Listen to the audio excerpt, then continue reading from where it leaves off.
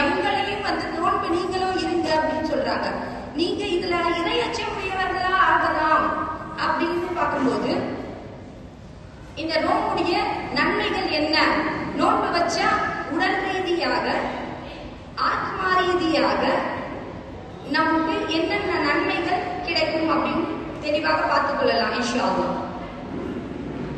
முதல்ல வந்து என்ன அப்படின்னு பாத்தீங்கன்னா நோன்பு. நோன்பு என்றால் என்ன? எல்லாருக்கும் நோன்பு தெரியும்ல.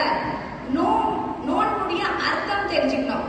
நோன்புடைய வந்து மூலப்பொருள் அதுக்குடைய அர்த்தம் என்னன்னா எரித்தல். ஒரு விஷயத்தை எரிச்சு அது என்னன்னா அதை வந்து கிளீன் பண்ணிடும். ஒரு விஷயம் இருக்கு, அதை எரிக்கிறது நோன்பு. ஏன் எரித்தல் வச்சிருக்காங்க அப்படின்னு பார்க்கலாம்.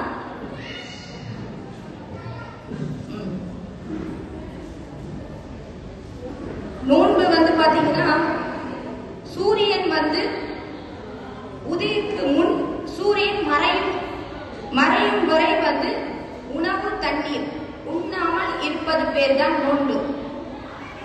இந்த நோன்பு வந்து பாத்தீங்கன்னா இது வந்து அறிவியல் பூர்வமாக என்ன சொல்றாங்கன்னா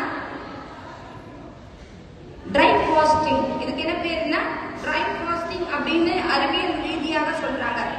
இதனால் ஏற்படும் அறிவியல் நன்மைகளை நம்ம பார்த்துக்கலாம். சரியா?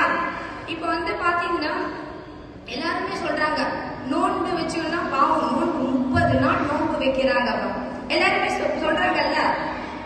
இருக்கக்கூடிய அறிவியல் ரீதியாக நமக்கு நல்ல தெளிவாக தெரியும் நோன்பு வைப்பதால் என்ன நன்மைகள் அப்படின்னு சொல்லி இன்னைக்கு டாக்டர்ஸே பேசக்கூடியவர்களாக இருக்காங்க. இந்த நோன்புடைய மகிமையை பத்தி டாக்டர்ஸே பேசுறாங்க. நோன்பு இருந்தா உடலுக்கு என்ன ஆரோக்கியம் இருக்கும் அப்படின்னு சொல்லிட்டு. முதலாவது நம்ம வந்து நோன்பு இருக்கோம்ல, நோன்பு இருக்கும் போது நம்ம உடல்ல ஏற்படும் மாற்றங்களை பார்க்கலாம். நோன்பு இருக்கும், நம்ம என்னென்ன தவிர்க்கிறோம்? உணவு தவிர்க்கிறோம், தண்ணீரை தவிர்க்கிறோம். அதனால இது ட்ரை ஃபாஸ்டிங். அதனால நம்ம உடல்ல ஃபர்ஸ்ட் என்னன்னா ஆட்டோபேஜி என்ற செல்ஸ்களை உற்பத்தி ஆகும்.